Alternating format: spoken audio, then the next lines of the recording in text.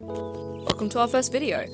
In this video we'll be showing you a garden bird watch from an urban garden and also telling you about some information on a very special group of urban birds.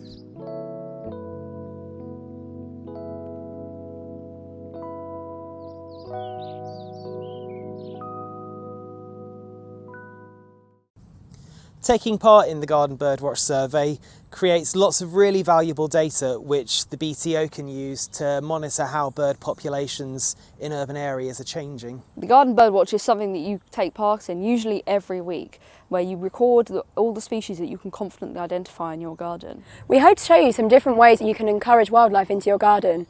But even if you record that no species were present, that's still useful data. We're going to be showing you how to take part in some garden bird watches in some more urban gardens, which don't necessarily have as much green space.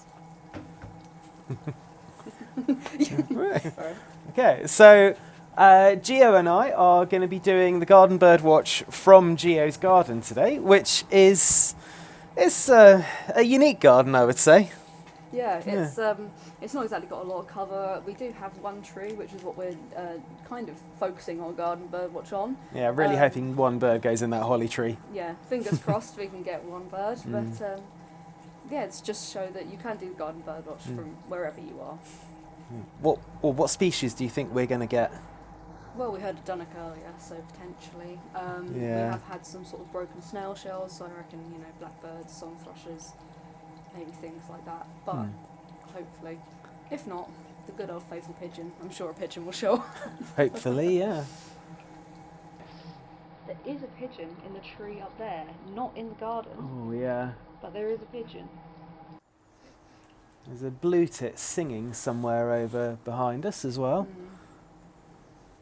Probably with the very tall trees with the wood pigeons in it. Yeah. Oh, sparrowhawk. Sparrowhawk over Oh, there. nice. Wow. That's very interesting, a residential area like this, to be honest. I Yeah, mean, definitely. yeah. Oh, can you hear all the blue tits got really angry at it just then? That was their alarm call. Just remember, you can only record the birds that are using the resources in your garden and not ones that are flying over. So for this time round, we are doing it without feeders. However, if you do want to attract birds into your garden, you can put feeders up, very basic feeders, and get some very cheap bird seed, and it will attract some birds, like blue tits, for example. So, yeah, we will be building on our bird feeder collection very soon. All right, and this is the end of the Garden BirdWatch in Geo's lovely garden. Geo, how many species did we see? We saw nothing, but 0 species. Yeah. But I think that with some feeders and with a little bit of perseverance, we can get something in the garden. And there is evidence of it. The broken snail shells obviously showed that we have had blackbirds or song thrushes in our garden. So Yeah. hopefully we can attract some more and get some stuff written down on the Garden BirdWatch. And remember, no data is still good data, and it's good to report it. Absolutely. Right. Within each video, we're also going to be doing a segment where we highlight a species or a group of birds that are common in urban areas and that you might well see while you're doing the Garden BirdWatch. The first one of these that we're going to do is the pigeons. But one thing that people don't always realise is that there's actually 3 different species of pigeon which are common in urban areas.